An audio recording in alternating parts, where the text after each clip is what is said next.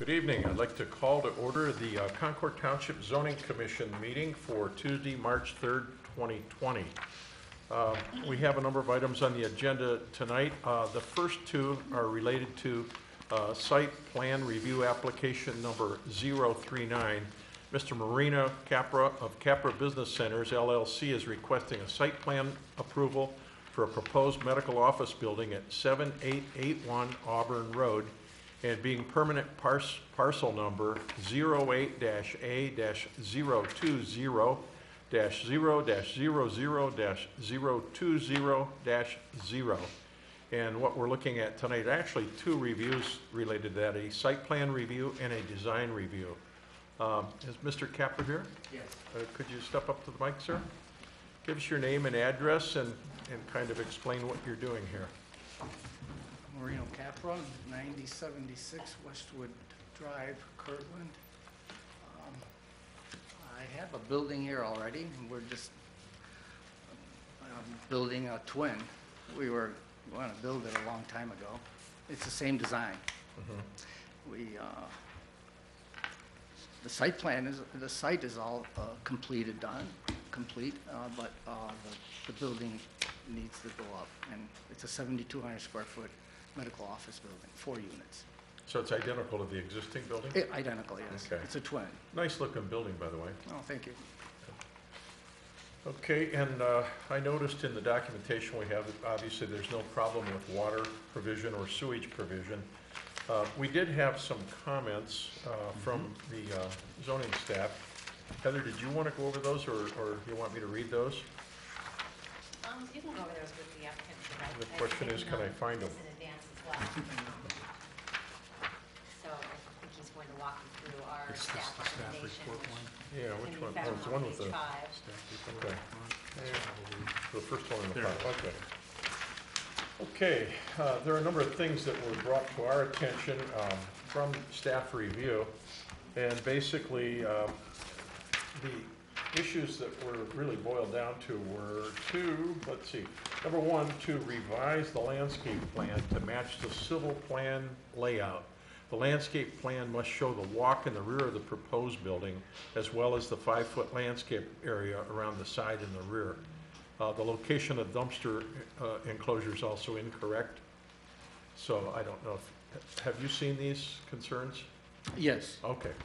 And the second one then was the location of an existing transformer, which should be confirmed by the electric company to the possibility of it having to be relocated. If it has to be relocated, a revised site plan will be provided to the zoning department.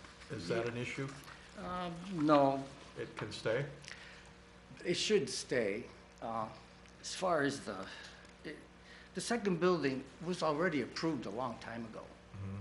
Okay, so the site was built completely to accommodate both of those buildings for medical office use. So the parking is there. Mm-hmm. The transformer was an expensive thing to put in. Okay. That's in for 6 buildings. It's something that we don't want to move. And I don't know. Chairman, if I can make a response to that.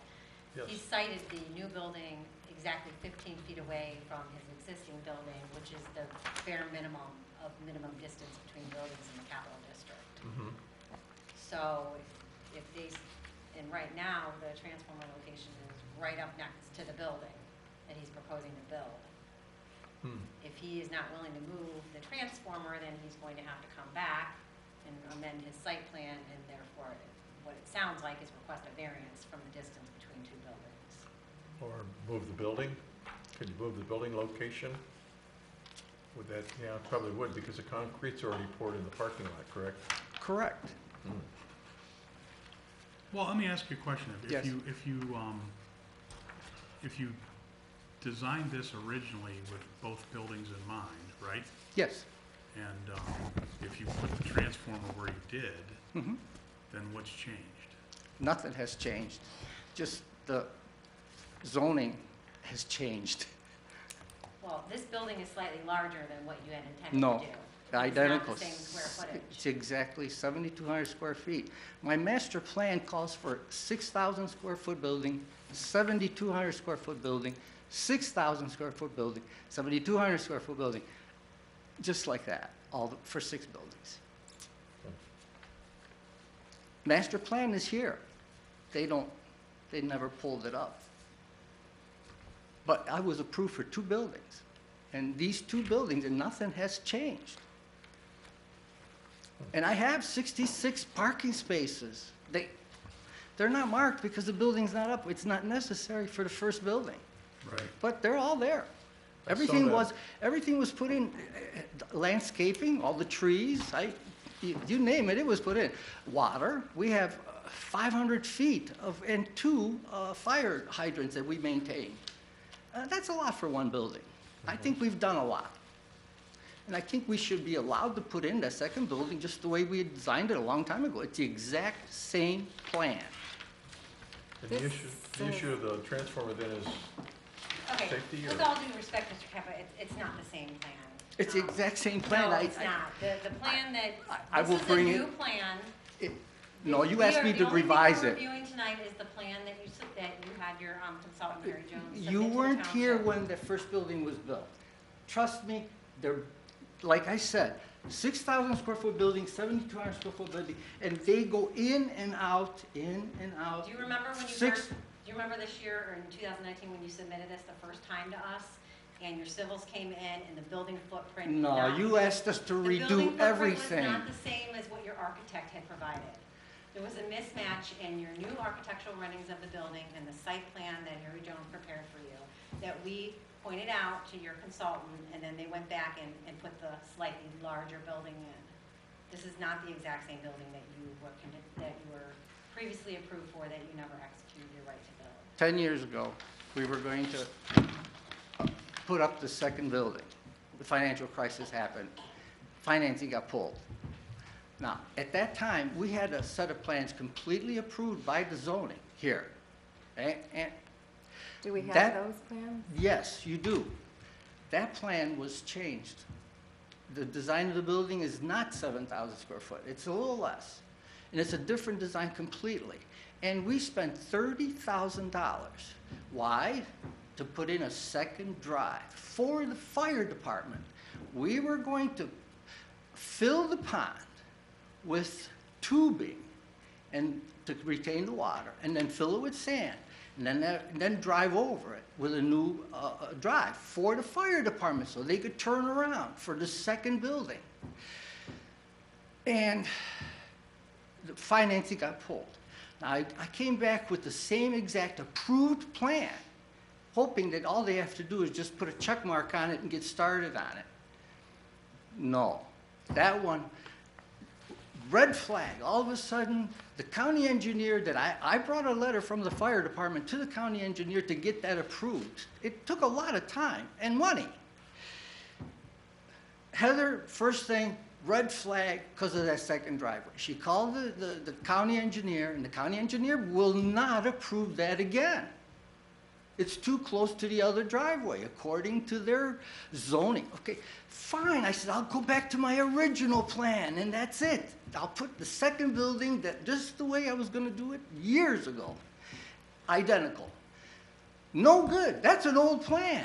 Okay, I give it to an architect. This is this plan. Just put your name on it, copy it, put your name on it. That's what he did, Richard Beck. He did that. He's out of town. Otherwise, he would be here to say just that.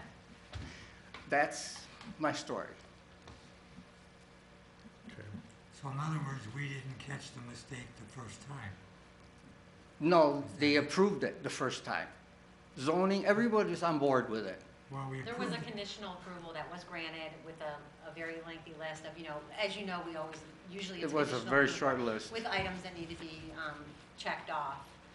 We went through that file before Mr. Capra resubmitted for this plan, just to verify, to try to figure out how far in the process did he get? Did he ever submit final site plans that complied with all the regulations? Marty went through that diligently, and we did not find that he had submitted a final site plan that met everything. But to suggest that you could use a plan from 10 years ago and present that to the township or any other county agencies, those Nothing has signatures and changed licenses in are 10 old, years, they're outdated. commercial. No one will take a 10-year-old plan. That's just not how things happen. So we don't have a new plan? Yes, you do have a new plan. I redesigned the old plan. from years ago. And I went through all the entire process from scratch as if I'm starting new. I had to show the existing fire hydrant, parking, landscaping, and they're still not happy with the landscape design. Well, you know, that's the point of But that's okay. That's a minor thing. Right. I'm willing to accept that landscape design thing. That's minor. I understand your frustration. Okay. I get it. I understand. You know, we're not here to be adversarial with this process. It's certainly a We all beautiful want to see building. you. I build hope your you wanna building see me build it. Just like you want to build it, but do. things, you know, 10 years is a long time, right? Things I- change. I believe that you're using my building as a standard. My original building as a standard for when they come here to apply. Bruce, he said he would send people to see their building. This is what we want it to look like. So this point number 2 on the staff recommendation, it says the location of the existing transformer should be confirmed by the electric company as to the possibility of being relocated. If this needs to be relocated, a revised site plan shall be provided to the zoning department. Has it been confirmed? I mean, is it, what's the hasn't been status of confirmed. that issue? Do we know? Because we might, the reason I'm asking is we might be making a big issue out of something that really doesn't need to be made an issue of. So, because it says if. So has it been confirmed, yes or no? I mean, it's pretty simple. It hasn't been confirmed or has? He would With only the know. electric I- company. Right. They are arguing that they have to prove their argument. I have no argument. I say it's done right. No, your engineer noted on the plan may need to be moved after staking of phase 2 Well, building. that's because Right. you're asking him to So- do that. No, It's been 10 No. times. And so He's you're- been working on this since February last year, by the way, back and forth. So- It's so costing then- me a fortune to do this, just to put up the building that, since last February. That's a long time. Now, so then, let me ask you a question. Is it going to, if you have to move the transformer, okay, if you have to do that, that's going to create a serious financial burden on you to do that? Most likely, yes. Not most likely. I It mean, will you be, know. yes. It's So not you're something we saying- figured into building this, no. Mm-mm. So if you have to move the transformer, then you're not gonna do the building? Is that And what- we may not. It's a decision, we may not do anything more here. You never know. It's a decision we haven't made yet. All we're doing is throwing money at this, and What- nothing's what is getting the- done. What has the electric company What- said then? What have they said? No one has said anything, except Okay. zoning. So right now, we're waiting for electrical company to make a recommendation. I don't think They haven't yes to requested. anybody. No? No, I'm not asking anyone. See? We just pointed out, because we have seen several renditions of the plan. You know, we went back and forth with Mr. Jones, making sure, things were mapped correctly. We told him, one plan came in, there was 20 feet between the buildings, which is great, but it was the wrong size building. So when they came back in with the right building footprint, then they were too close together. So we advised, his engineer that the minimum distance is 15 feet. He sent us back a new revised plan. It was labeled 15 feet, but it was still only 12 feet apart.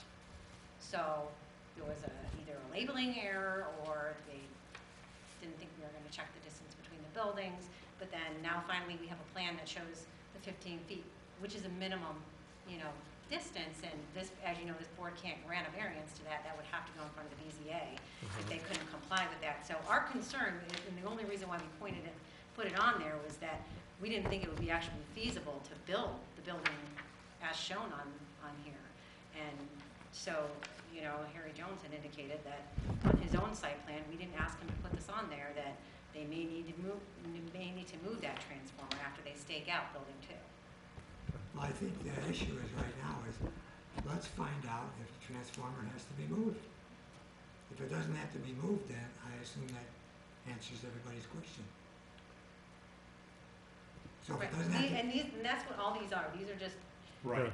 right, I you know, understand. if after tonight we conditionally approve it and he agrees, yeah, I can live with all those conditions, and then he goes back to the engineer, they we modify, we issue the permit, they stake out the building, and they're like, oh, this isn't gonna work. These are suggestions, Mr. Capper. Yes. Right, this is what the staff is recommending in order for us to give you a conditional approval. Okay, if you're in agreement that you're willing to adhere to these recommendations, then it's our position to grant you a conditional approval based on the recommendation, you know, from the zoning inspector. So, you know, like I said, we want to work with you. Obviously, we want to see this, we want to see your project go through. And I want Concord to cooperate. Right. That's what I want. Right. And So- I'm not getting cooperation. It's been since February on this one project. That's a lot of time and money. And things that didn't need to be done. All that site work was done already. If she would have just used that original plan. But it was 10 years old, right? No, that was 20 years old, but nothing has changed. 20. Yes, Oh, 18. It's 18 Okay. years old, that's a fact. okay, good, because I don't remember it coming through here in the last 10 years. Okay. Well, most of these items, with the exception of that transformer, most of these items are relatively easy Very, to they're correct. minor, yes. And you could. After a they're not an year, issue. yes, it's minor. But they're not, you're aware of them and none of them are an issue except the transformer. That's your only concern? Yes. Okay. And we don't even know that that's an issue. Exactly. Until you talk to the electric Yeah. company. And how close is it? Yeah. Is it an inch? Is it a foot? Is it 5 feet? And what's the requirement, Heather, as far as how close can it be? Marty, do you have something to Yeah, add? there are certain stipulations Mm-hmm. that the electric company requires when you place a transformer. Great. 3 feet, 10 feet, I'm not Okay, aware of what okay. that is. My point is that he should contact the electric company Yeah, just to to confirm see it. where the placement of the transformer is Yeah, in retrospect to the building. right, If it doesn't meet it, he'll have to move it, not according to us, according to them. according to them. So that's an Because electric- Yes, yeah, they're electric- the governing body of this. Yeah. Well, And I would assume a safety that's all- aspect. That was my comment on that. Okay, Was that he should contact the illuminating company, whoever they are, yeah, to get that checked to see if it meets the required distances. okay. So it sounds like everything else is easily resolved and you can take care of that. But it also sounds like you need to get a hold of the electric company just to confirm that you have the proper space between from a safety standpoint. And if you do, there's no issue. If you don't, then there's a problem. So, Not only that, but Heather brings up that that it's not listed at 12 feet, it's supposed to be 15 feet. Well, That has to be addressed too, right? no, this No, is it is drawn at 15. 15 currently. I was just giving Okay. you a little backstory of Oh, all the okay. different renditions of the plan. Oh, okay, you know. I stand corrected. Okay. I mean, other than that, I look at this picture and it's a beautiful building and it'd be an asset to our community. I certainly see no problem with that at all. Just these issues which are given to us as a board that have to be considered, that seems to be a pretty important one, the transformer. From a safety standpoint, if nothing else, if it's an electric requirement from the energy company, whoever. I feel we have confident it. it doesn't have to be moved. Okay. So we can go ahead with your approval. It'd have to be conditional upon Yeah. that, Yeah, okay, yeah, we're not gonna build over top of it. okay. Relax. I didn't think you would. So you're willing to work with whatever the electric company Electric says? company, yes. Okay. Is that acceptable, Heather? If the electric company says it's okay, we're okay? Right, because that is not a zoning, setback requirement. That Not was a just zoning concern. issue. It's Okay. something they install. They'll wanna move it if it has to be moved. But the Okay. second Okay. building wasn't there. Then we just go to the. It was designed for the second building, that Right. same, Yeah. same building, Yeah, where the heck is that? same plan. Down here? I'm not trying to pull anything. The single. It's all downstairs in the archives. Okay. So that's your site review, and the other item we're talking about tonight is your design review. And the only issue was to revise the dumpster detail to show the design and color of the dumpster enclosure that matches the proposed building. No problem? No problem. Okay, so you'll do that as well. Mr. Chairman, excuse Yes. me, I think you missed two other things under the site plan review. Oh, I thought we, 4 and 5. Yeah. I kind of, okay. Well, 3, 4, and 5, we kind of got stuck on 2. Yeah, I kind of thought those were included when I made a comment about the dumpster up there, but, true. Yeah. So let's just go back to the site plan and say, the edge of the existing pavement on the east side of the parking lot, you have to show the actual edge of the pavement. And proposed grading of the new pavement, not an issue? That's the engineer. He's paid for this. Okay. Item 4, revise all plans to show the proposed walk continuing behind the proposed building to connect to the existing walk on the west side and extended to connect to the parking area on the east side. Handicap ramps on the existing and proposed sidewalk at the parking lot should be considered. Anything there? The handicapped ramps, they're not in. See, they don't understand the plan. No, reading the plans, they were not provided. Uh, We're suggesting that you consider that. The ramps aren't in. Okay, you'll put that on the plan? Yeah, no, they're not existing is my point. The ramps Oh. aren't existing. Can you add those? Yes, when the building goes up, that's when the ramps go in, yes.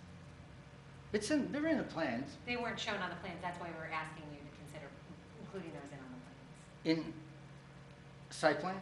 Right, plans that we reviewed. The site plan. Yeah. Site, her and the engineer, they've been going back and forth since February. I paid them. Just, it's okay, get it done. Okay, so you'll add those? Yes. Okay. The last item then under site would be revise the dumpster enclosure plan to comply with section 2207 zoning, which states that any trash receptacles are to be enclosed by 3 solid walls and 1 gated wall of such nature, height, 2-foot height exceeding the enclosed containers, as to conceal completely all operations thereof from grade level. A 5-foot high enclosure will not meet the enclosure requirement. So it's currently 5, needs to be higher. Whatever needs to be done, Okay. the engineer will take care of it. It's an Okay. easy fix for me. I Okay. don't have to do a thing. Okay. And that will be put on the plan? Yes. Okay, Yes. and resubmitted? Yes. Okay. So now, we're good on the site plan, and the conditional for the design review is the dumpster detail and the design and color of the dumpster and so forth, matching the building. And that will also be taken care of? Yes. So, everything that we just talked about, you're good with the exception we have to resolve the transformer. Mhm. Any comments, questions? Yes?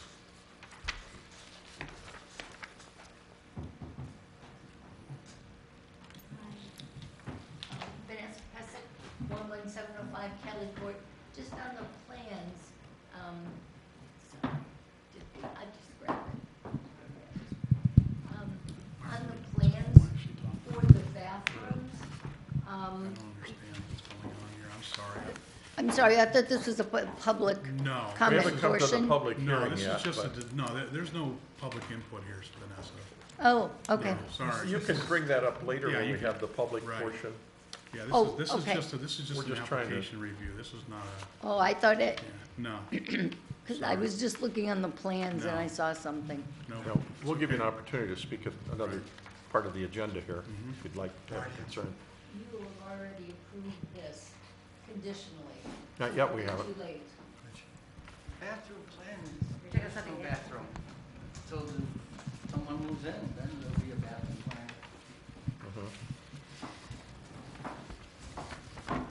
Okay, any other discussion on the board as far as anything? Heather, do you have anything further?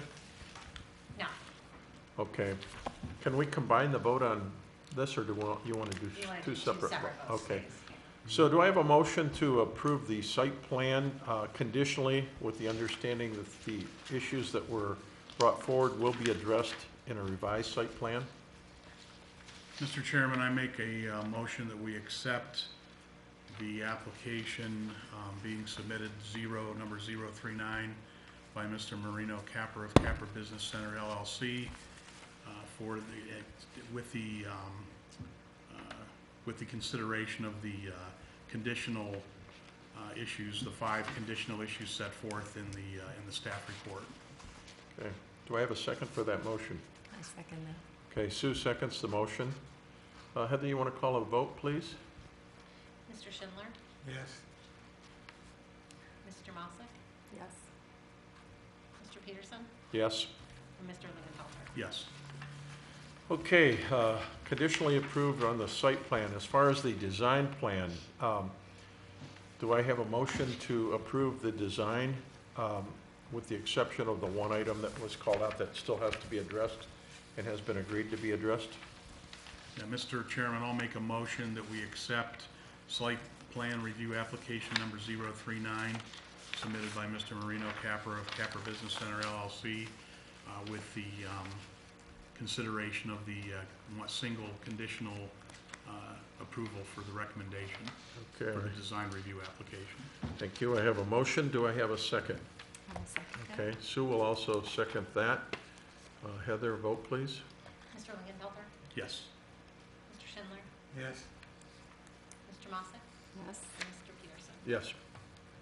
Okay, both the site plan and the design review are approved as Thank you. long as we meet the requirements. Conditionally approved, as long as we meet the requirements. No worries. Thank you Okay. very much. Okay, thank you. Okay, those items are completed. That's items number 1 and number 2 on the agenda. Item number 3 is a work session that we have this evening, and we're going to talk about existing residential districts and housing types. And Heather has given us a handout, and this is something we've talked about recently, where we talk a bit about the different kinds of residential developments that we have currently in the community and looking forward. And Heather, I think I'll turn this over to you to kind of go through this handout that you gave us, if you would, please. Sure.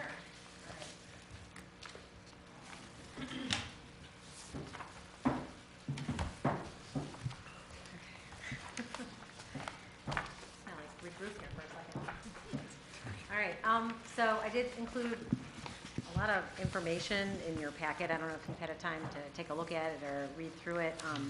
The first couple handouts are just portions of our comprehensive plans. As you know, we had a complete comprehensive plan done in 2004. What I pulled out of there was just the section that kind of talked about residential developments. You know, what we were thinking in 2004 is still what we're thinking now as far as trying to promote and encourage residential conservation district developments as the zoning tool,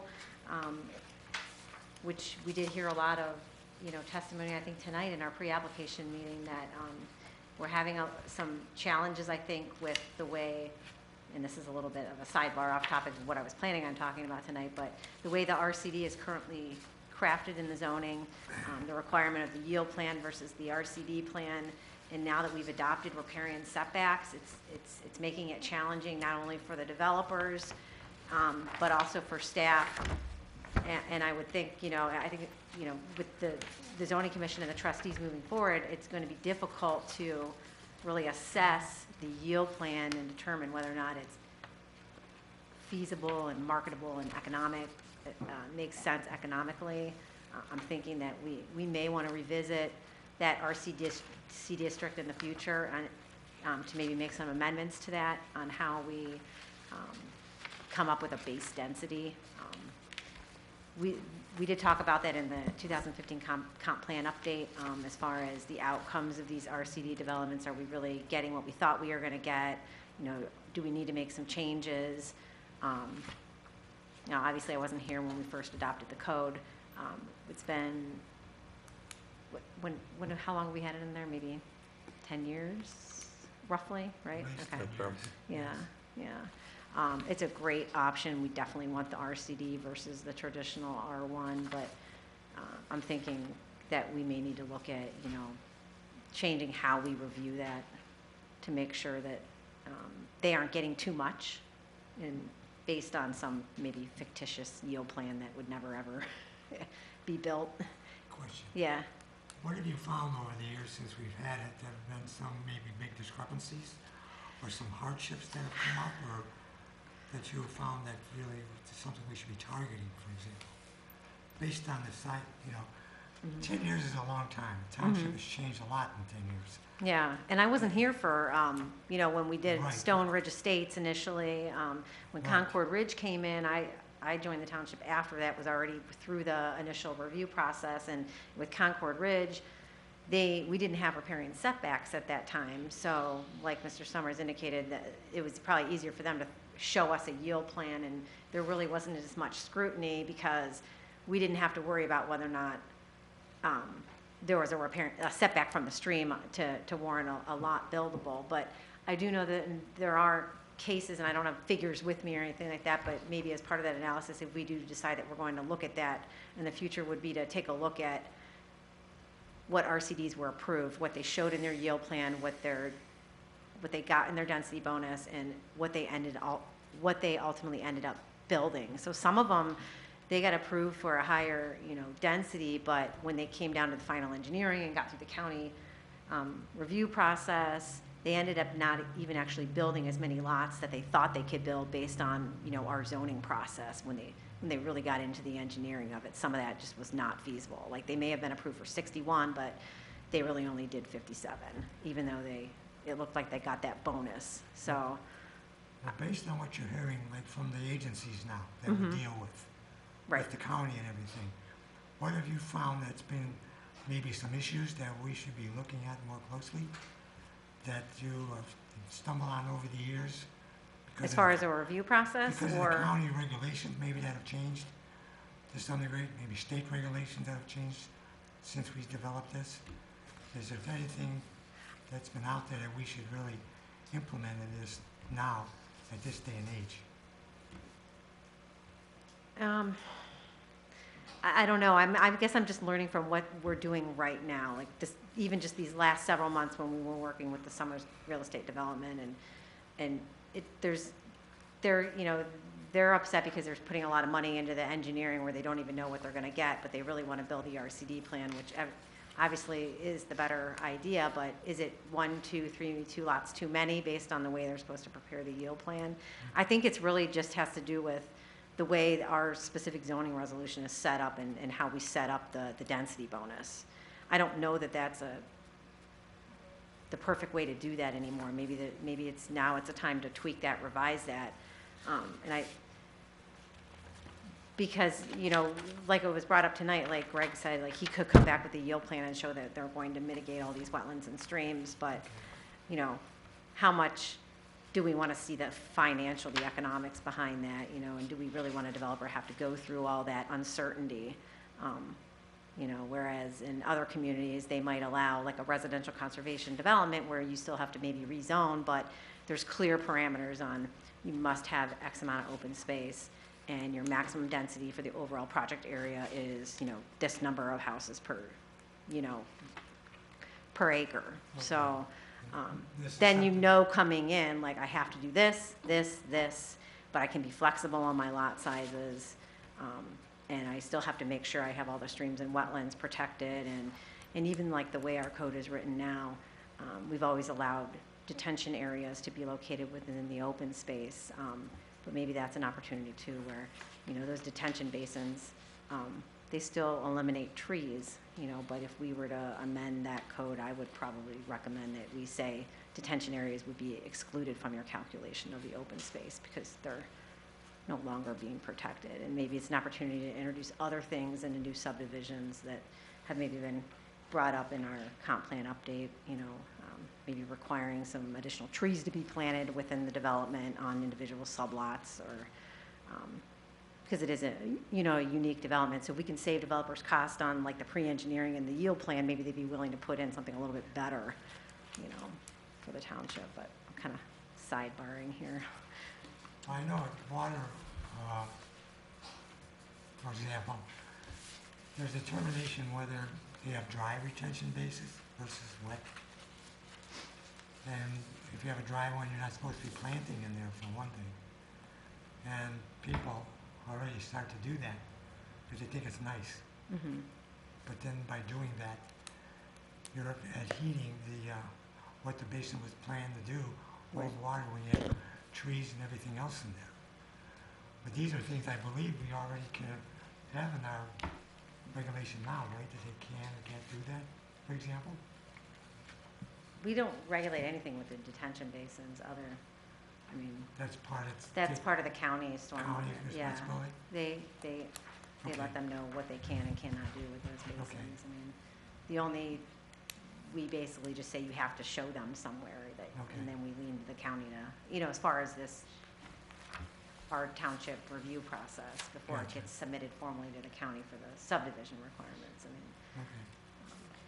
We wouldn't really address that other than maybe saying if it's in the open space, we're gonna subtract that area out from your open space calculation. Okay.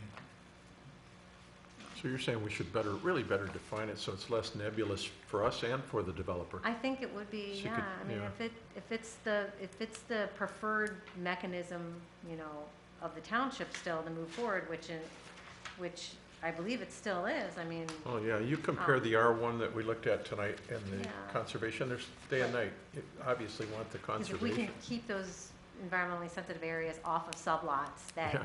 it reduces the likelihood of an individual property owner going in and, Right, you know, doing something. right. I mean, there's challenges with HOAs and everything being in charge of open space. There's preferences to have conservation-minded organizations monitor those, but, you know, that's Yeah. another issue of the development. But even with the RCDs, you know, we're not getting back to why we originally started looking at housing and everything. We're not getting, you know, more, like smaller houses that might be geared towards, you know, seniors or millennials and stuff like that, because we're still getting, you know, they're gonna build like $400,000 homes on these lots Yeah, and sell them for 3,500 square feet, $90,000. yeah, I know. They're still gonna be like, you know, large family homes. So Yeah. the RCD tool probably wouldn't be, you know, if we determine that we needed housing geared towards the independent living or the seniors. I don't know that we'd get that with the RCD, but, Yeah, or that we need that, we're still having that conversation. I agree, because I think there's sort of a gap there. I was looking through our R5 that we used to have and everything, and when this says senior, it's really talking senior, kind of like Parker Place maybe in Menor. Yeah, I think there's a age gap there, from maybe age 50 to maybe age 80, where people are not really old where they need Parker Place, but Right. they want to have smaller houses and things like that, and less yard to take care of. And we sort of don't hit that area too much in our zoning. right. And I And think, it's not senior, but it's over 50, you might call it, or something, you know, but I know we have a lot of condos in here, but, Yeah. you know, that's about all we have. And when these developments come in, like the ones that we have going on right now, or possibly going on, it would be nice to see those houses that are 2,000 square feet, you know, ranches, things like that. More of that in the township, as opposed to the 3,500 square foot colonials, which we have thousands of. And you pointed out trends in building and buying at last meeting, I think it was, and the trend is to go away from those bigger places with the younger generation. And so mostly what we keep getting are the big, beautiful homes, which they're nice, but it doesn't cover all aspects of the people in the community. So when I look at senior residential, like there's two levels of senior, You're right. over 50 and maybe over 80, I don't know. yeah, and we'll get into something like that, that, you know, yeah. a little bit. I was gonna touch base on that, Okay. but, sorry, back to the portion of the of the 2004 comp plan update. We do talk about some recommendations in here to provide for a limited amount of, like the R3 developments, cluster, possibly senior-oriented. So we've been talking about seniors and senior-oriented developments from as early as 2004, and we're continuing to have that conversation to figure out, you know, do we need to provide those different alternatives? If so, where should they go? Are they naturally forming into like senior housing little areas, or do we need a separate zoning designation specifying, you know, 55 and over? So in the 04 plan update, this is talking basically about the R3 and, you know, the general locations of where they may be acceptable, which is basically the same thing that's currently in the zoning resolution. It doesn't look like any of that has changed at all. So that purpose statement of the R3 has remained the same for the last 16 years. But in 2015, when we did the update for the comp plan, and I know this is not the first time you looked at that, and this is, you know, some recommendations on here that we did do a few years ago when we looked at the R5, and in the comp plan update, they weighed some of the pros and cons, some of the challenges as to maybe why it never took off, and then ultimately the township decided that that was not the tool that we wanted to use anymore, and that's why we ended up removing it from the zoning resolution. They also suggesting in here that, you know, we should take into consideration whether or not R3 could be a tool to provide senior housing developments, which Ralph Victor Construction's initial partner with the Kettlebrook Farms was trying to utilize the R3 for. He was trying to do an independent living development under the R3. The sense was that, you know, obviously was not the appropriate location, which is why, the main reason I believe that it was turned down. But that shows that maybe we don't need a specific designation, a specific district just to promote senior housing. But if we do decide that we do want this kind of development, which is why we have a subsequent map later on, maybe we could talk about, you know, if it were to happen, maybe it would go over here but not over there, and or just kind of talk about some of those ideas, you know, get your input on where you're at with that. So I did re-resurrect the R5, and I did a quick summary of that. I mean, the whole resolution is only 4 pages anyway, so I probably didn't need to summarize it. But basically, it was a self-contained senior residential community. There was a very specific list of permitted uses. You could do independent living, assisted living, rest home facilities. It had to be all on one large campus, all under one operator, one owner. There were specific percentages of the number of dwelling units that could be used towards the single detached or attached dwelling units. So they had to be between 10 and 40% of the total units proposed for the project. And then as far as assisted living, you had to be between 20 and 50%. And then for nursing rest home, between 10 and 60% of the total units. So not to exceed 100%, obviously, depending on how you laid it all out. Minimum lot size, 50 acres, one common owner. I think that was probably the challenging thing, because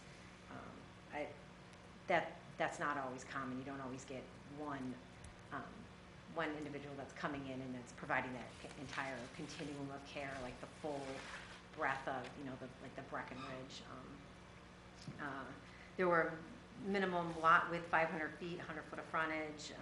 They did specify a maximum density of land area per dwelling unit. So you had to have at least 4,250 square feet of land area per dwelling unit, which is basically equates to 10 units per acre, if you do the math, with a maximum number of 500 total units. So there was an overall cap of total number of units, and a certain amount of land area that had to be, you know, accounted for each unit. Maximum building height 35 feet. So we're not talking a big story building either, no higher than 35 feet. But so I think what maybe we could learn from the R5 is that at one point we were open to having this type of development somewhere in the township. Since then, though, we've had the Concord Village Skilled Nursing Facility come in on Capitol Parkway, which is a nursing home. I believe they have around 80 units in that building. I apologize, I meant to look that up before I came tonight. Now, I know the assisted living that is just not that far away from that, on Auburn Road, they have a total of 94 units in there, 70 of them devoted to the assisted living and 24 for memory care, Alzheimer type patients. And I guess the only thing that, you know, was suggested in this former R5 district that we don't necessarily have in the township already would be these independent dwelling units, you know, deed restricted age 55 and over. So one thing I found interesting, I couldn't find anything that the township had gone through an exercise to figure out, you know, if we did the R5, where would they want it? You know, there really wasn't anything in any other plans that I saw that suggested, you know, what a suitable location for that would be. And I think, you know, when we got Lake Health moved into Concord Township, that really changed us, and changed what's happening over on Auburn Road, and it really started to turn into this more of a medical corridor. And the Concord Village Skilled Nursing Facility, that operator had a very close relationship with Lake Health, and That was one of the reasons why they chose the location over on Capitol Parkway, because they do lease out to Lake Health a couple wings of that building for rehab facilities. So they have a very good working relationship between those two entities. And then after the skilled nursing facility came in a couple years later, the same developer that brought us the skilled nursing worked to bring the assisted living facility on Auburn Road. And I know that they're hoping that the township will be open to some kind of independent living as part of what they think, that the market is showing that we need. But as you know, we haven't gone through those steps to determine, if someone, were to want to do that, would we be okay with that, and what does it look like, and where does it go? And that was one of the main recommendations from the Planning Commission as to, when that rezone application came in for the Kelly Brook Farms, that we hadn't gone through that exercise, so.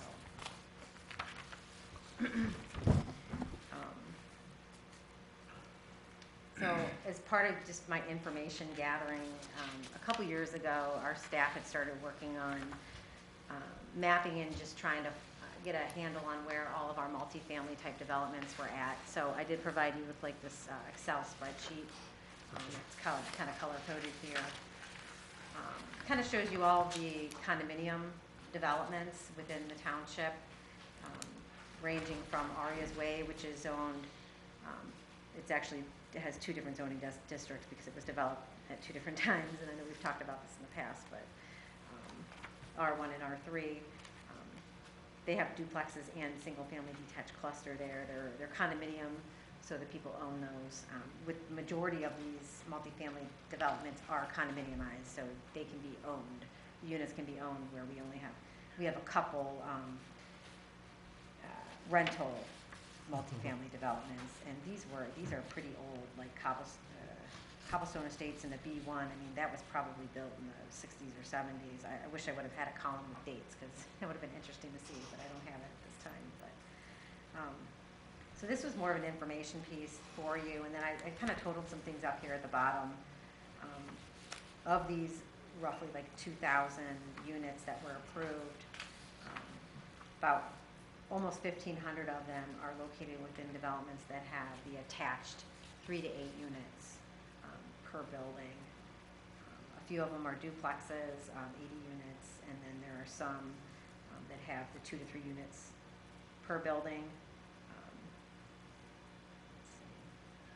Well, those ones are located in the Quail Hollow development, because right now that's not an option really in any other district.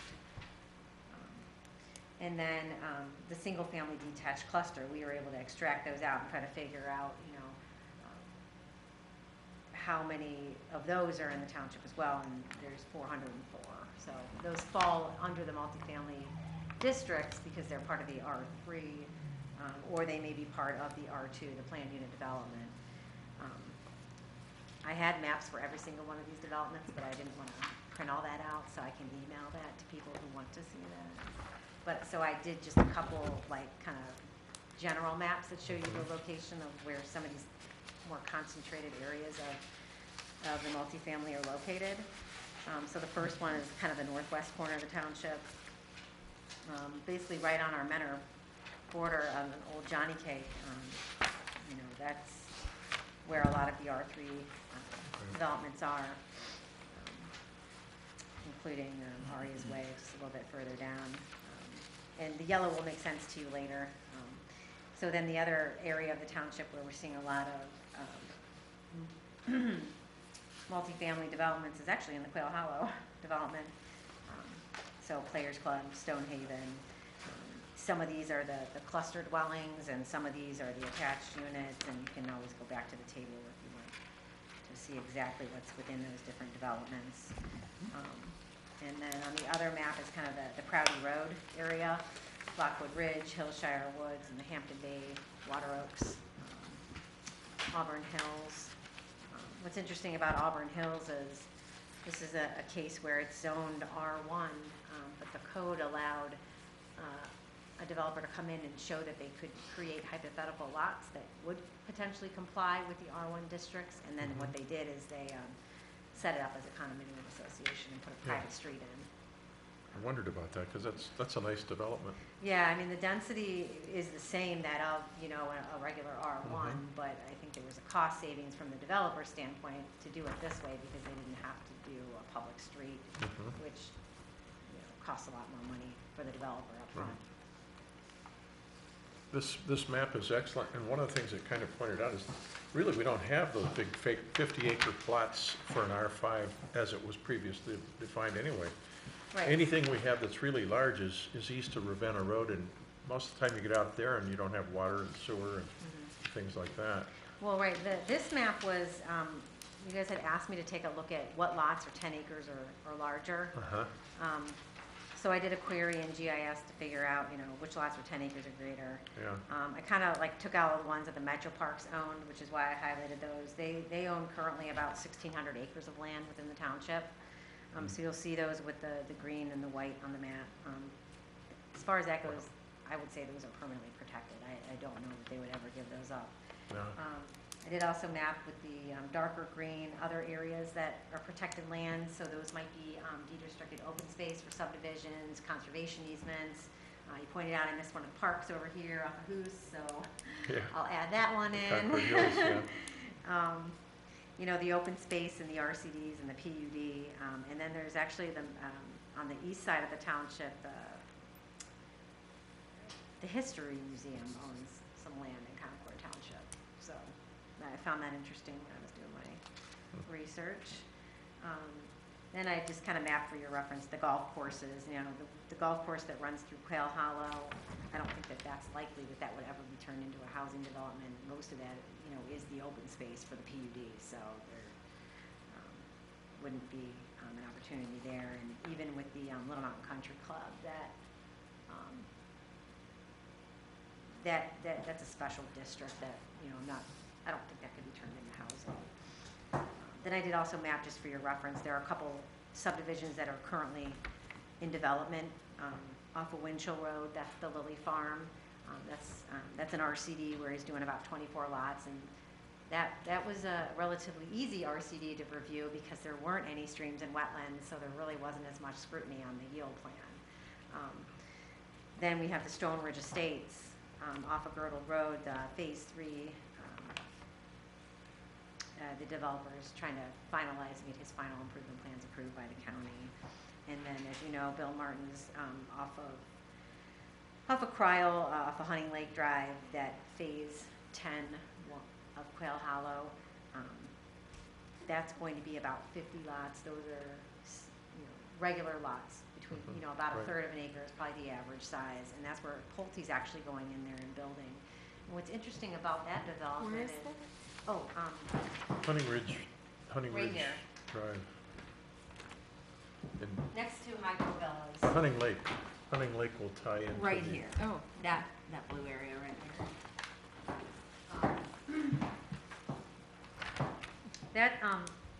Bill Martin is selling those lots to Pulte Homes, and they're actually doing, the majority of those are gonna be slab homes, you know, maybe, 'cause Ranch? the model homes that they were providing, were on slabs.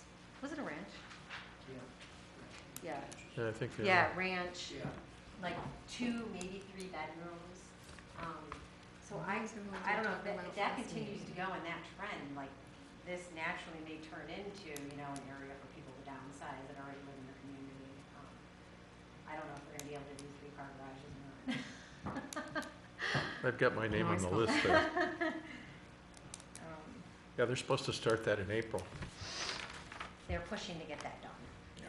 To get through the approval process, yes. And then also in purple on here are all the different condominium developments that, you know, relate to that. Multifamily / condominium developments that relate back to the table here.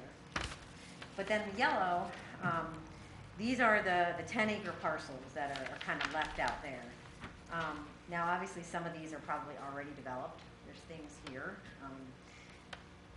For example, right over by the northwest area where we have that concentration of multifamily, I mean, that's St. Gabe's. But that's over 10 acres, so there's, and just down 84, across the street from that, That's just owned by a private individual. Their house is actually on the white lot right in the middle of that, but that's got future potential development. Is that in the Brightwood, right area there? Is Right that outside of Yeah, Brightwood. just, yeah. Okay. Yeah, just south of Brightwood there, yeah. Then just kind of moving south, well, the large area by Morley and Pinecrest, I mean, that's currently Lake Erie College. Right. It's highly unlikely. Then just further down from there, south, that's owned by a private individual who may determine that they want to sell that for development in the future, so that's over 10 acres. But, so there's, I did a calculation, there's roughly 2,600 acres of land out there that each parcel is at least 10 acres or larger. Now, I didn't go through on each one and kind of figure out whether or not it would actually be developed or not, but just looking at it, I mean, and knowing, you know, you guys are familiar with what's here in the township, we can more than likely rule some of these out. But even like, we have to remember too, because down, like tonight when we had the pre-app, the Summers Development, where they're doing east of Timberlane, the land there, I mean, they assembled a couple parcels that individually they're not 10 acres, but collectively they are. So there's other opportunities that maybe aren't captured on here. But this kind of gives you a general idea of where, what parcels are currently 10 acres or greater. I thought this would be a good kind of discussion point if you guys wanted to talk more about R3 and, you know, if we were going to have that, or what your thoughts were on using that as a tool to possibly promote independent living. You know, Rich, you talked about, like, when we talk about senior housing or independent living, are we looking at like a Breckenridge or a Parker Place, or you know, or is it just lower maintenance houses and we let the market kind of dictate and do, you know, private deed restrictions as, you know, the one development team was proposing to do? You know, do we want to get into writing a specific zoning for it, or do we want to use what we already have? And if we want to use what we already have in there, okay, so where do we want to see more R3 if someone's going to come in with it? When we talked about the independent living at those hearings, it was brought up that the Prouty Road location was so far away from everything that it just didn't seem like the right place. And I think some of the discussion was that it's usually closer to the services that these individuals may need. I believe the applicant had stated that originally they would have preferred to be closer to where the skilled nursing facility and assisted living are currently located. So I don't know, is there land over there that might be suitable for that type of development? Well, the land is suitable. I asked him about it. Why didn't he go there? He says, too expensive. Too expensive. Yeah, you want to spend the money for it. They're asking too much money for it. He said, yes, I agree with you. It would have been ideal. That's where we should have put it. But he said, I wasn't about to spend the money for the land to put it there. So, Hold on, but there again, if you call it senior living, you want places to be close to the amenities for seniors because they want to have easy access to go to places. A lot of them just like to go for a walk. And if you can put it somewhere where they can go for a walk, go to the store. Like when I was growing up, you used to have a little store in the corner, you know, you went for your meat and stuff like that. And that's what Your they're little looking communities. for. That little communities where you can go Right. and socialize too. You Right. know, how many times have I stopped at McDonald's in the morning, maybe for a egg McMuffin, and there's elderly all in there for their breakfast. It's a place they find to get together and socialize and have their little muffin and breakfast, and they go home. And that's what should be looking something to do in our township for that to happen. Accommodate them, smaller homes. We all know we have to get into smaller homes. Times are changing with the environment and everything. We see where things are going. These big houses, people can't afford to heat and cool them anymore. We don't need it. My home that I bought was supposed to be my first home, stepping stone to my big place. I'm glad I never went to the big place. Because right now it's 1,900 feet, and it's fine for my wife and I, you know? Right. And if push comes to shove, it's a colonial. If push comes to shove, I can get a thing to take me upstairs, power to get me upstairs to the bedrooms.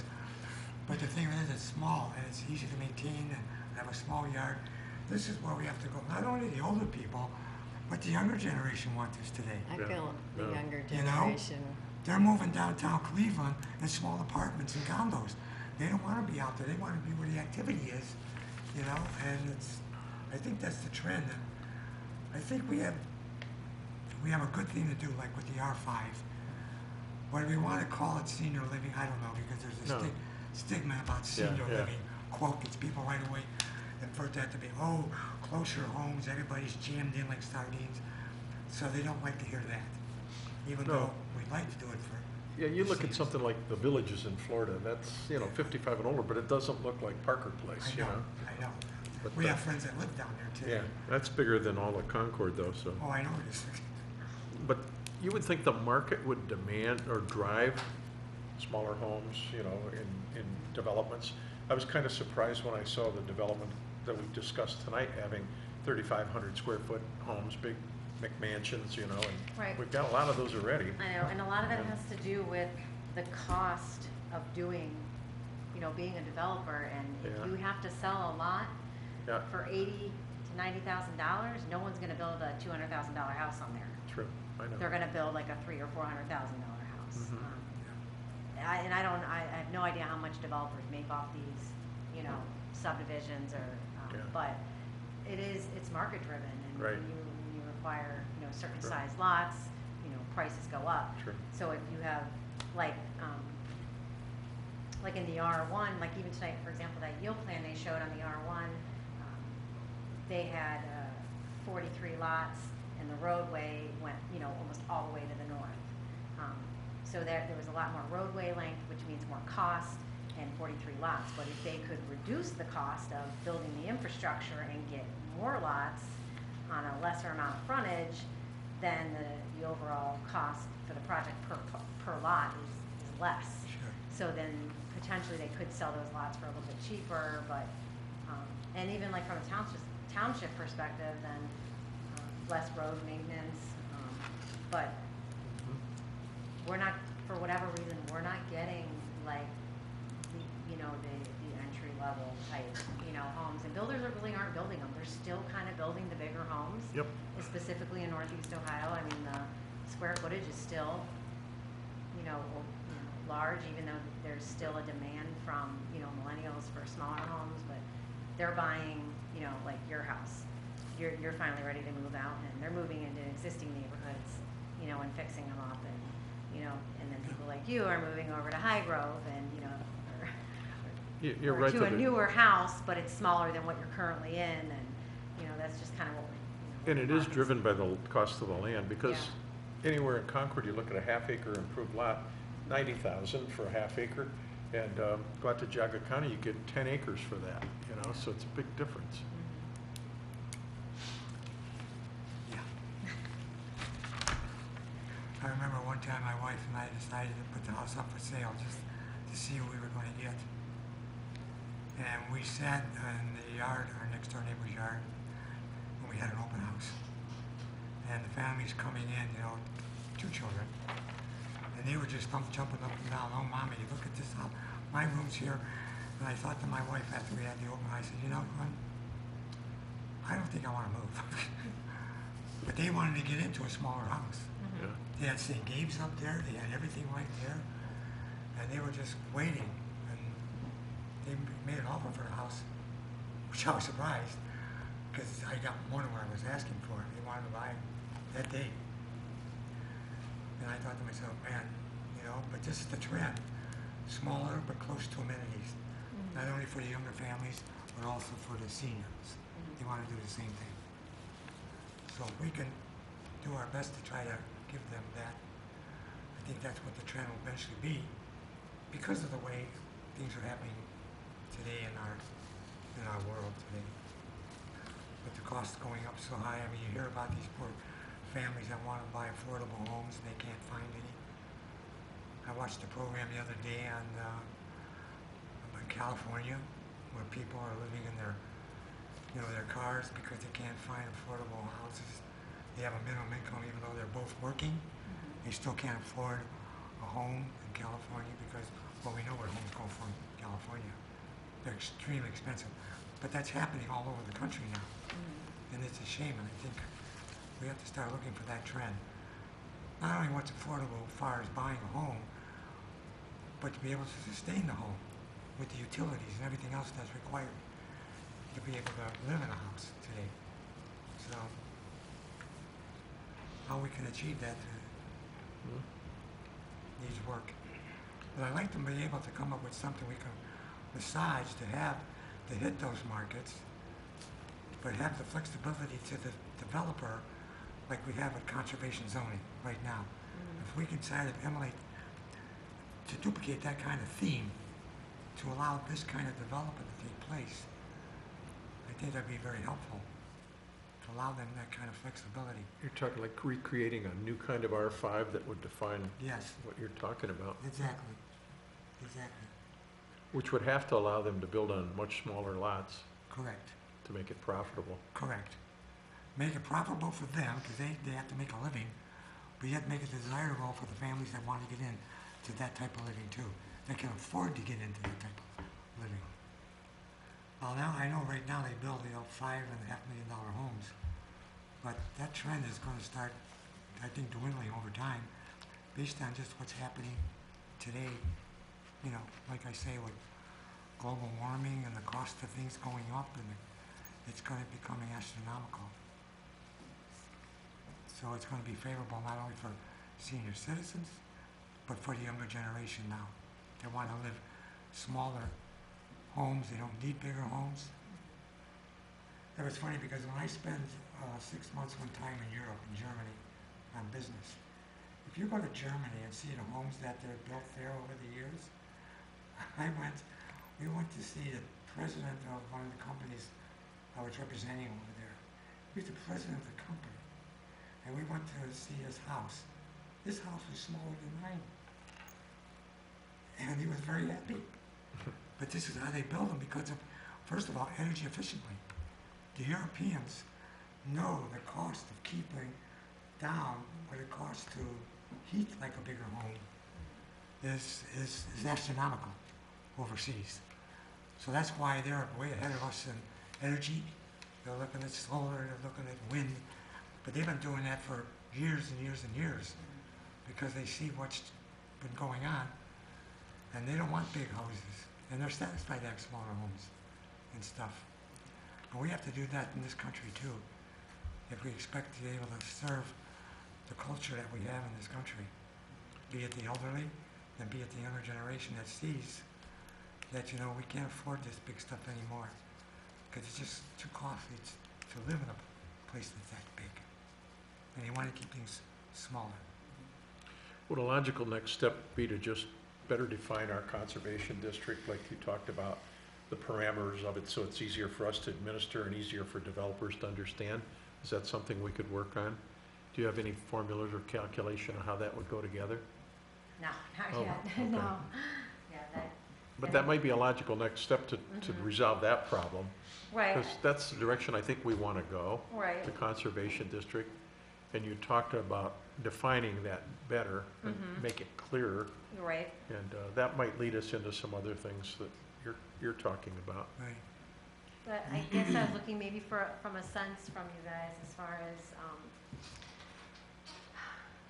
do you feel like it's worth looking into,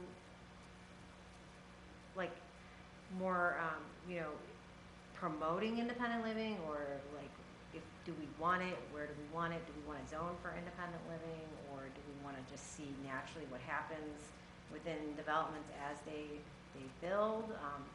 I don't know, I mean, How do you define independent living?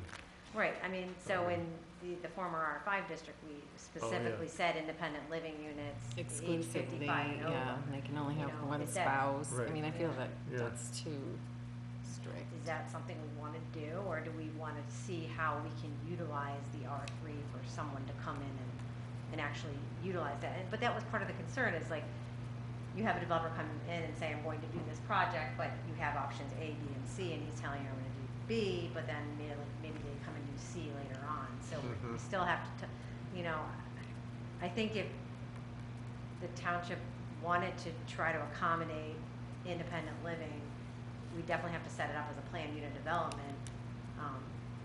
And that way, if a developer came in and wanted to propose that somewhere, you're reviewing the plan along with the proposed terms of the development.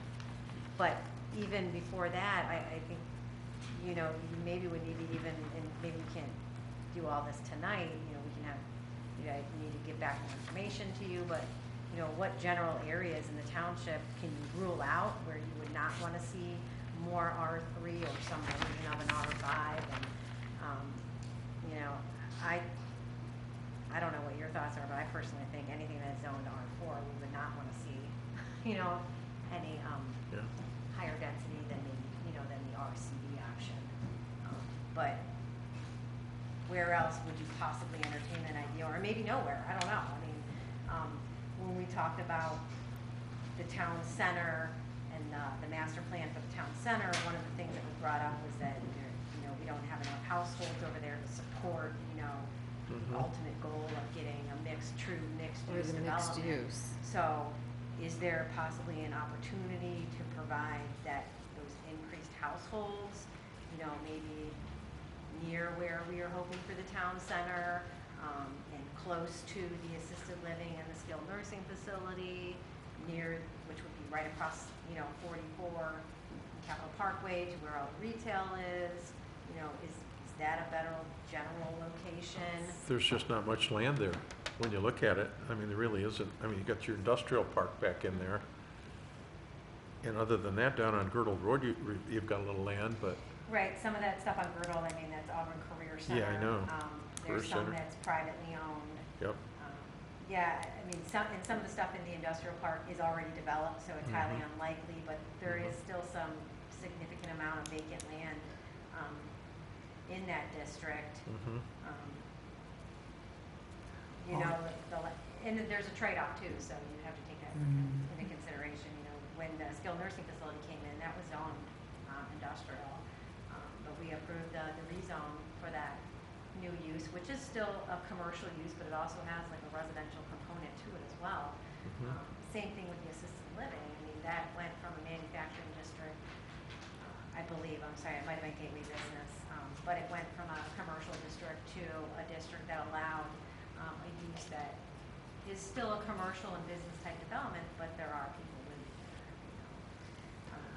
Well, we always thought we'd have industrial areas in the township to support the tax base. But that's, the way the township's been developing over the years, we're going farther and farther away from that. People, they're coming out here to get away from industry, for one thing. And they would prefer to come out here and live, like more residential and breathing space. I think, as time has shown me, I think we probably would be more apt to go away from that thinking and look at, okay, our community's developing this way where people want to come to live and raise a family. But then you take away the tax base and the JED money, things like that.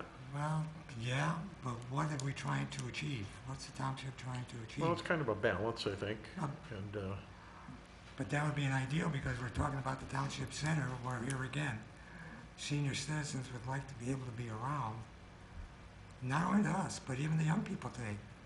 Like I say, look at downtown Cleveland. They can't build them fast enough because that's what younger generation wants to be too, or the hub of things that are happening. So we would be able to service two things. Not only make it desirable for senior living, but also for the younger generation too, because they always want to be there where the action is. And we're ideally located, especially because of the freeways. If they want to go into town, bingo, they can go to Cleveland, to the Playhouse Square, and come back. Or they can go into the shopping real quickly to Great Lakes Mall and stuff and come back. They're not that far. Right. And now we have, in the township, we have their medical that could support the people. Not only the younger generation, they get sick just as well as the elderly do, but we have it there that's close to take care of that facet. We have so many things we can do. The thing of it is, we are chopped up a lot in the township. As you can see, we're chopped up terribly, where we could zone something for Lake Senior 11, that's going to be very difficult in the future. I think we just have to have flexibility within the zoning to allow it to take place wherever it can be put in. Developer comes in, sees he can put something like that in there, he'll do it. He'll do it. And that's, I think, what we have to try to target our zoning to accomplish. I agree with that, but I also somewhat disagree. I think that the township does probably need to go through the exercise of, you know, if we're gonna develop this district or whatever it might be, that we should have a general idea of where it might be acceptable within the township, because then otherwise it's gonna come up, you know, where you haven't really planned for it. So, Well, I don't know. point well taken. Yeah, Point well taken. that's just my opinion. Well, then, no, point well taken. Yeah, everyone's entitled to their opinion. Yeah. I agree with you. That's where we have to go back to my thinking. We Yeah. have to focus on the town center. Right, I agree. Back to the town center. Back to the town center again. But then again, look at the Please, land that's available. It's limited. It is limited because right now we still got that big area, for example, that's still we consider industry. And that And how, would be how would you approach that? We can't just go in there and rezone somebody's property like that. No. No. So, I think if we how were do to do anything, it would be an option that someone Yeah. could exercise on their Right. own. Exactly. Yeah, Right. it wouldn't be, No, I wouldn't want to do that. no, No. I think if we were to do anything, I would recommend that we set it up as a planned unit development where we don't really Mhm. identify a particular parcel, but, Sure. Yeah. you know, we can have on record, you know, our thoughts in the Exactly. township as far Mhm. as what might be suitable and what might not be. Right. Yeah, because Quail Hollow's a really nice kind of a microcosm of Concord because you've got big houses, medium houses, condos. You got a pretty good blend in there. Yeah. And you've got retail right next to it, I mean, as far as we go on Cryle Road. So that block there is really a nice layout. It's a nice mixture. Sure. If you could just expand that. Sure. It also changed Concord Township forever. It you did, know? it did. And We're still, you know, so, We're going to have Quail Hollow too. yeah. Instead of putting a big golf course, we have miniature golf for the seniors. Right? So where do we want to go with that, Heather? Continue it, the discussion next meeting, or? I mean, I don't think we've resolved it, but No. we all know there's something that needs to be done there, but what it is, not sure. are you open to hearing from, people that are interested in building independent living, about, you know, or Well, you reaching out to anyone? Do you guys want to hear from the development community at this point, or are you gonna usually kind of know? I don't know. So, just looking for your direction, I guess, and your thoughts. Andy's been quiet. I don't yeah, know. come on, Andy. I don't know I'm how We need that's to go good. to I don't know if that's good or bad. I think the big challenge is just the, you know, the way that the township is laid out. I mean, we talk about a lot of really nice concepts, but when it comes down, when the rubber meets the road, I think it's a real difficult task because the amenities and the closeness to services and things like that become a challenge. And then when you look at some of these larger lots that are developable for these types of projects, they're nestled right in the midst of other subdivisions for the most part. And I think you'd probably get a lot of pushback, you know, from a density standpoint of where a lot of these lots, you know, a lot of these larger parcels are located. Because I think it should be, I don't know that I'm in favor of creating another senior residential community or senior housing. I don't know that I'm in favor of that. Okay. But I think that whether it's an overlay or whether it's something that we could bolt on to an existing zoning designation and to kind of take some of the stuff that we like out of the senior residential zoning text that we've eliminated, maybe go through that and kind of cherry pick some things we like and maybe pull that in. To me, it's very difficult because, you know, when you start putting when you put projects, you know, acreage for project size requirements, not a whole lot out there to fit big lot developments like that, you know, and then you combine that with the locations, you're kind of defeating the purpose. You know, you're plunking these high-density senior-style living in the midst of, you know, of existing subdivisions. I don't think it's compatible. Right, I agree with that. You know, I don't know that it's compatible. That's the problem.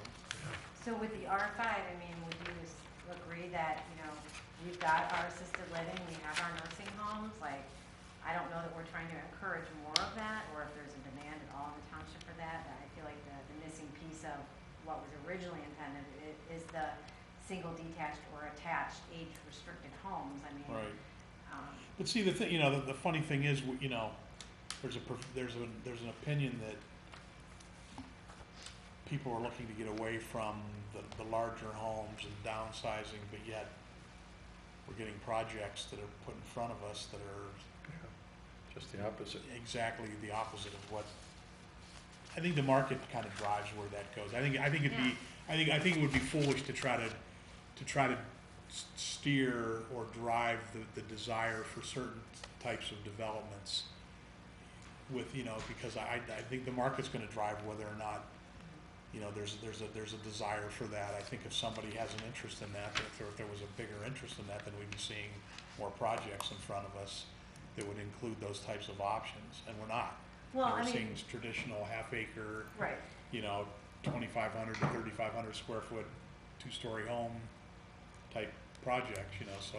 We have had, you know, staff and administration have had previous conversations with, you know, local developers and builders over the last several years about, you know, specifically the R3, and, you know, they wanted us to entertain the idea of changing the way the R3 is written to allow them to do public streets with actual lots, you know, feasible lots they could sell off rather than doing the condominium type ownership the way it's set up currently.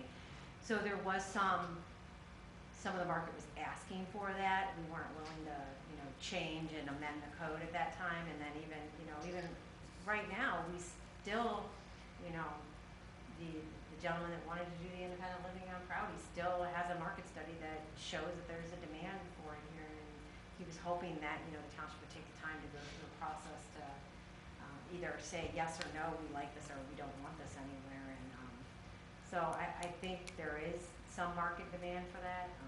There is someone that still wants to maybe do that within Concord. They were taking a step back to wait and see, you know, whether or not we were going to go through any kind of, you know, discussion based on input, you know, that we heard from the Planning Commission, and you guys had all kind of said that, yeah, maybe this is something we should look at.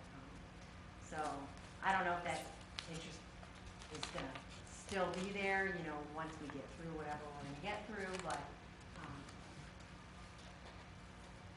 so I guess that was one of the, you know, not only the recommendations from the comp plans, but from the Planning Commission when we had that application, and then just, you know, knowing what was, you know, proposed within the township. And we had the R3 that could have been the tool to provide that. And the opposition was mainly that we didn't really know that we were going to get what they said they were going to get. I don't remember any discussion about do we really need it. It was more the other typical concerns when it comes with development, the increased traffic and stormwater and safety and that kind of stuff. So basically told them that was not the appropriate location. I mean, you can pretty much eliminate everything on the east side of the, you know, the eastern part of the township. You can pretty much cut that off. Yeah. You know, it's got to be something that's going to be, you know, have services available, water and sewer. But I think maybe we've reduced the number of acres required for the project to encourage it, because if you have too many acres, then there's not a whole lot of options. Yeah. So 10 could be good. 10 could be a good number. Right. Set it up where you know, the overlay district and like I said, I think that, limit the proximity, which this one limit the proximity between. the only thing I would want to do is I would want to make sure that if we build this into another zoning designation, that we're not in that, once it's rezoned to a specific zoning designation, then the options for what could end up in there are multiple. Yeah. I would want it to be, you know, where if we're gonna rezone it to this and it's gonna be used as this, and And that's, that, with the overlay plan unit development, that's your way to do it. right. See, that's where I think, you know, because if you decide that you're not going to do this project, or the economics change. Right. And all of a sudden that project is no longer feasible, then it goes back to what the previous, you know what I'm saying? I don't wanna give anybody an out. I don't wanna rezone a piece of property with an intent, and then have that intent not be met. You know, that would be something I'd wanna try to do as much as with what's within our capability, you know. Well, maybe what I should do is go back and, look at what we may wanna may wanna try to salvage from the R5 and see how we could frame it up as a possible overlay district. And I could take some time and look at, these areas on the map a little bit more closely and come back with some, maybe clearer information to give you guys so you can have. I would like to see an option. Give the builders, give the builders an option, so that they have some options, just like the RCD is an option. It's not a requirement, it's an option. And if you set it up to where there's enough incentive, to do that option, then I think it could be something that could potentially drive the developers to favor that. Because they're gonna do what's gonna be best for their market and for that's the bottom line, right? We're not gonna dictate what has to go where, but I think if we give them options that will incent them to consider those types of developments, then I think that would be a good idea, The other thing that we can maybe look at is the existing R3 and determine if there's maybe some modifications that we need to make to that to make it more palatable to the township. If, in the future we get another application for that, maybe we can change the way that code is written. Just off the top of my head, I don't even know if we can do this, but could we make the 3 to 8 units a conditional use versus a permitted? Which then you would have, and maybe we're not allowed to do that, I'm not sure, but maybe there's a way to allow them to be simple. I don't know. So there's some other things we can look at that might help encourage and provide lower maintenance, smaller homes within the confines of the code that we kind of already have without drastically changing. I think we're looking at like 2 different things. Yeah. Well, 3 actually, if they're on the RCD. RCD will be salvaged from the R5 and we need to change. Anything we did would probably, it's gonna almost have to be higher density to make it worth their while, because you got smaller units, but we're not talking about a huge development. If it were a 10-acre section on one of these yellow blocks here that allowed a little more higher density to get that kind of housing, that might work, And maybe real amenities for the residents. Yeah, and real require amenities. sidewalks and Right. a community Yeah, area yeah. and where they can Like a actually little feel village like within a community village. their own little district. Yeah, okay. Yeah, I like the Okay. idea of, having a retirement like R5, but massage it, take some of the restrictions out like you said. Massage it, then have it like, Andy says, an overlay. And say, look at guys, we have this land, we can put this here, but you have the flexibility of see how many you can get in there. But still achieving the cost and stuff Right, for seniors right. and even for the younger generation. Yeah, I was gonna Right. say, maybe we just don't wanna make it for seniors, Yeah. just It keep could be it mixed. open. Yeah, a mixed community. as long Okay, as- we can say, right, if the seniors part scares everybody, then okay. Then eventually, if that's the case, it'll take that Yeah, then naturally anyway. But like you say, Yeah. the market will You know, drive the that. market, like Andy says, the Young market will drive family it. wants to If come the in younger say, and- oh, look, we get a little place, yeah, I wouldn't restrict it, right? that wouldn't restrict it. That would be good. I would probably be cautious with that. Just because we we are, for all other developments, you know, we really want to use that RCD option in limited circumstances.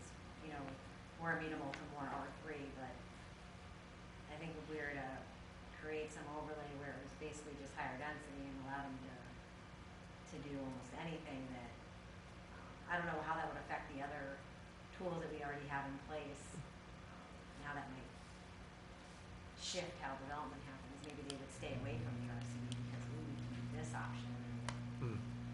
So you think we should keep it as I see what you're I think saying. if we're gonna do an Right. overlay, we would probably wanna Des- restrict it for the. designated for that? Okay.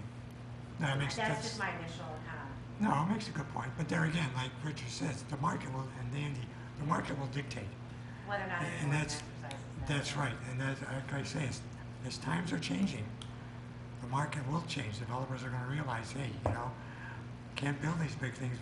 Here again, going back to cost of bigger homes and energy and cost, stuff that's really hitting us hard, the people, even the younger generation.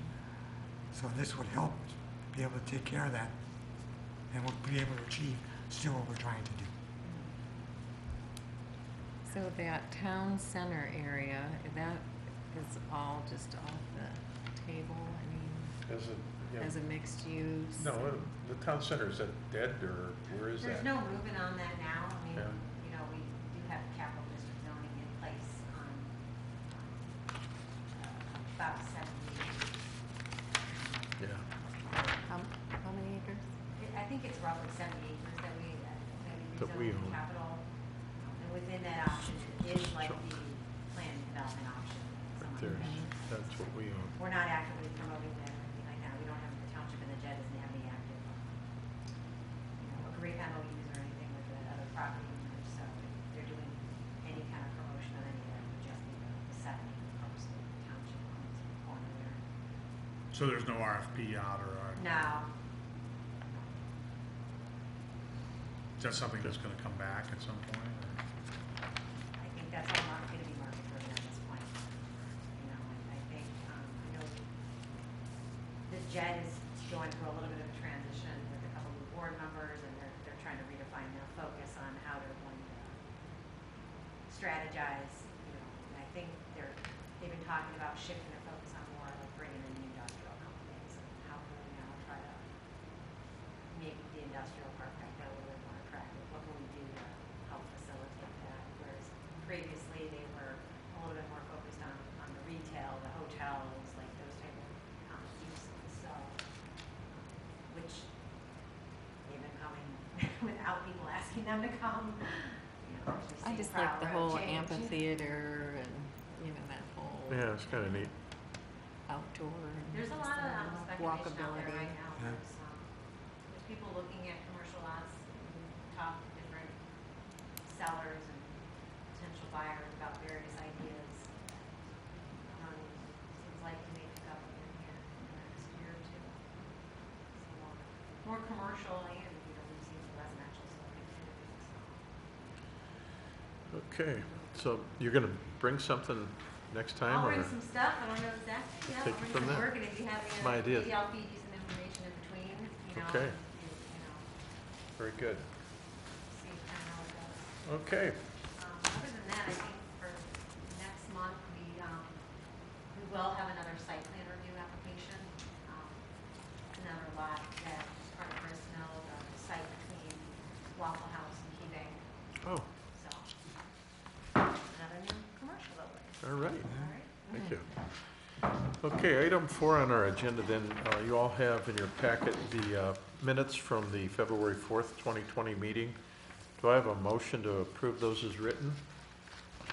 Mr. Chairman, I so move that we approve the minutes as written. Okay, do I have a second? I will second that motion. Okay, a motion and a second. All in favor, say aye. Aye. Okay, minutes are approved. Correspondence report for zoning commission members. I'll start with Sue. Anything? Nothing? Okay, Andy? Nope. Frank? No, sir? And I had nothing either. Okay, item 6 then, audience participation. Vanessa, did you still wish to participate?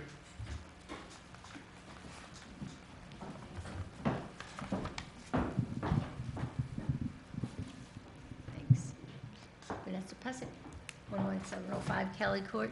Just as you're thinking about all of the potential rezoning, realizing that if you're considering R3 or multi-family or something like that, realizing that the criteria is transitional use, land between lower density family residence and non-residential areas, major highways, adjacent to major highways such as 90, and the word and, like all three, constrained sites, locations that are currently zoned for single family where low density residential is not likely to develop. So again, realizing that a lot of those yellow marked areas are not, amenable to R3 or higher density. And then also, I just put together a little chart. Do you mind passing these out to everybody? I'm Now, are you sorry. referencing the 2004 comprehensive plan? That was Yeah, in that's- 2004, it's out of and it the was plan. also in the 2015 too. The original plan is 16 years old, though. and things Yeah, have that's changed. what Yeah. Heather spent a lot of time talking about that plan and referencing it. But it's also in the purpose statement for R3. So in your, yes, absolutely. It's also in your purpose statement in R3, in your current zoning text, those three statements. What I did was I took a step back and said, we're thinking about senior housing and that sort of thing. So what is the current age breakout that we have in Concord? 0 to 18, 19 to 24, 25, 34, 35, 54, 55, 64, and 65 and over. I took the populations as Dave Radacci gave them to me from the Planning Commission, 2017 or 2018, I think, was the latest number that he had, and then broke it out as a percentage. So we have 21% 0 to 8, 21.5% 0 to 18, and the large number that we're talking about in terms of seniors are 20.5% 65 and older, and 18.5% 55 to 64.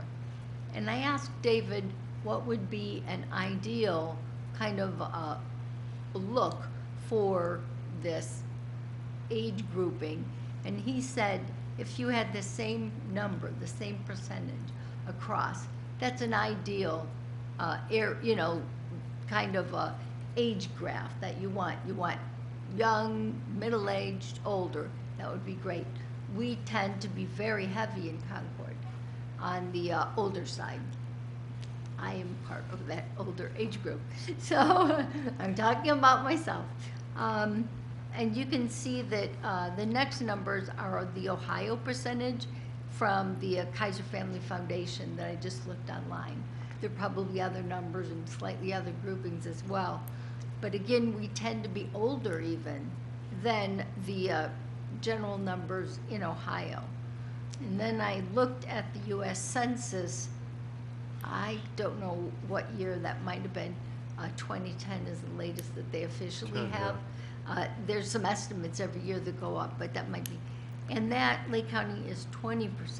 So we're even above Lake County in terms of 65 and older in that. So my question is, and what you were talking about is, should we be spending a lot of time thinking about attracting additional senior citizens? Or as you were talking about, does it end up being lots that anybody can move into? Because it looks as though our millennial numbers are pretty low.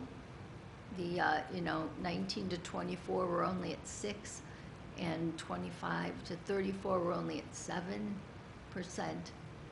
Well, this isn't a community for people that age to live in anyway. Yeah. I mean, I don't know too many 24-year-olds that can afford to buy a house in Concord Township. Yeah. Okay. Right. Well, that was the So- thing with the town center as it is, when it was being proposed. it didn't make sense, because what millennial is going to come out here, A, first of all, B, there is no walk to work, unless you worked at Lake Hospital and you take your life in your hands walking down Auburn. Third, what millennial is going to be able to afford what they said was going to be $300,000 townhouses? So, I don't think exactly to we're your trying, I don't think we're point. trying, I don't think we're trying to attract No, not more, at all. more seniors. I think we're trying to I retain think what we're trying to do is we're trying to accommodate those the that live there. seniors that are already here, Retain who we okay, have. that- with other alternative housing. Right, so I don't the think we're question, not trying to put something in that's gonna bring Right. senior citizens into the community. I think we've already got a lot of senior citizens Right. in the community. I think what we're trying to do is a big percentage of these senior citizens are in larger homes, okay, that are looking for alternatives. So I would think that what I foresee with this kind of a task is not to attract a particular demographic to Concord, is to accommodate the demographic that we already have established. That's what I think we ought to focus on. I So you totally have- agree, because you've got, by your numbers, you've got 45% that are in the roughly 50 to 65 age bracket. I don't think we want those people to leave the township, and I don't think they want to leave the township, but they would like to have alternative housing that's not what they had when they were 30 and 40. And I've always said all along when we talked about this, retain the people we have, give them an option to stay in the township as opposed to moving to Menor, let's say, or something like that, because those people support our businesses that are here and are part of the community and want to stay in the community. right, so the smaller single detached Yeah, kind of a unit. So Right. then if that's the concept, then your analysis should be all the people that moved into the Quail Hollow, single detached, and the Yeah, people those that are condos. going to High Grove or what, all of those places that are, do an analysis and find out, are they moving from Concord's big homes to small homes, or are they moving from Menor and Euclid and all the rest? Because that's, your concept is exactly right. I might like to downsize, you might like to downsize, you're gonna have a problem with your garages.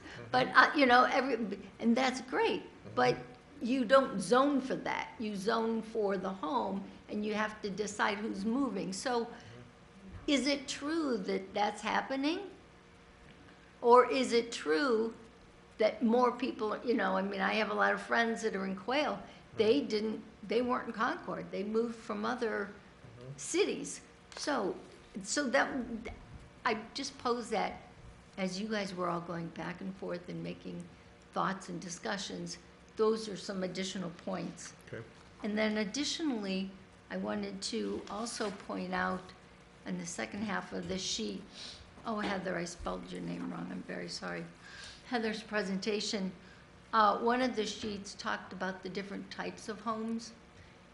And when you add the 404 that she had given you for single detached condos, plus all of these other numbers of 1 unit attached, 2 and 4, 5+ units detached, 23% of Concord's housing stock are in condos or attached units of some type.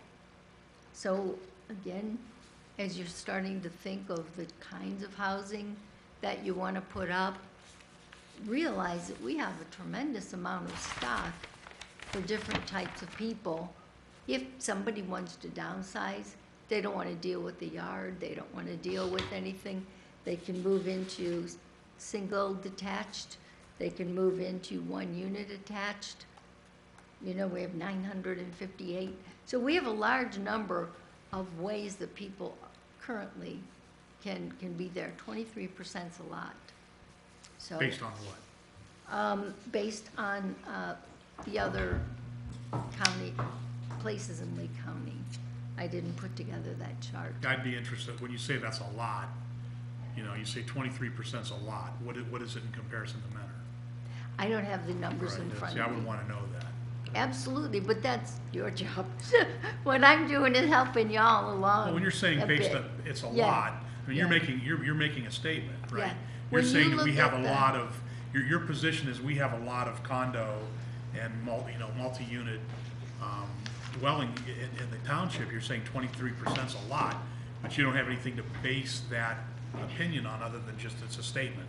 You're saying it's a lot, but And knowing these units. is it a lot? So, I mean, I don't know, the yes. to me, 23% seems, it's less than 25%.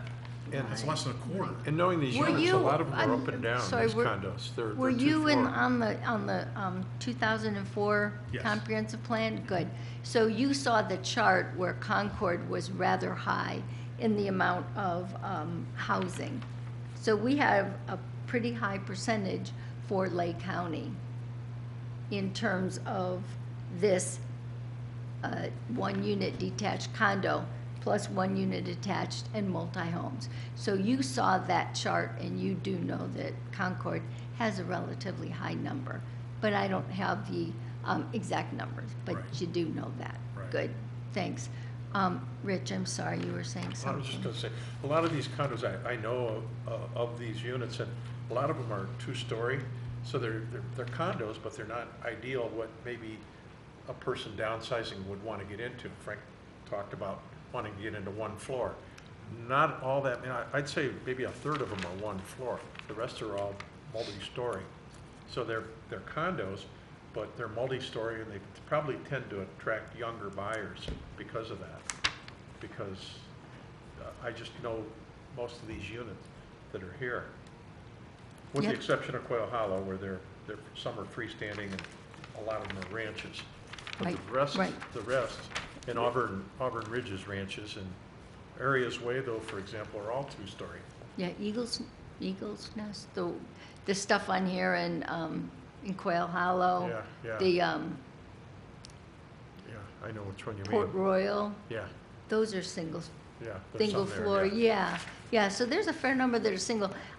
I am very aware of when things are one story Yeah. and two, really aware. And that's why I was so frustrated when you put the overlay district for Capitol Parkway, and you made it a requirement that all of the housing had to be townhomes, and it must all be two-story.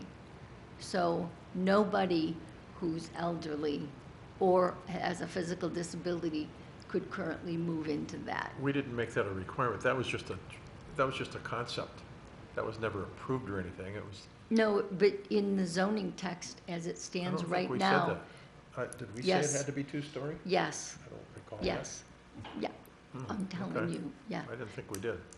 yeah. Townhomes that are required to be two-story, because I even offered a recommendation where it would look like they were townhomes, but you would own like two halves, and then somebody would be on the second floor. So the first floor could be, a barrier-free entry, and it could look like, I could live there. Yeah. And then you could have a walk-up as a second floor, but from the outside, it would look like a townhome, but right. that didn't fly. So hopefully, we will, in the future, be able to remedy that so that if somebody rezoned for town center, you'd be able to downsize in those areas. No, I like that idea. Yeah. So those are just some additional thoughts, looking at populations and looking at total units, and then looking at where multifamily actually fits in the purpose statements of R3, where in the Concord does it fit in? And it needs to fit in those certain areas that are transitional areas. Right. Like you said, just not in the middle of, east of Ravenna, where it's easily all R4, and it's all, residential areas. So Okay, those are very my good. comments. Thanks. Thank you. Any other discussion for tonight? We're good? I'm discussed out. With Andy's situation in mind, I'll adjourn the meeting, and our next meeting will be April 7th, and I'll be gone, so that's yours, Sue. Hiram will be back. Oh, This one, too. look at the smiles.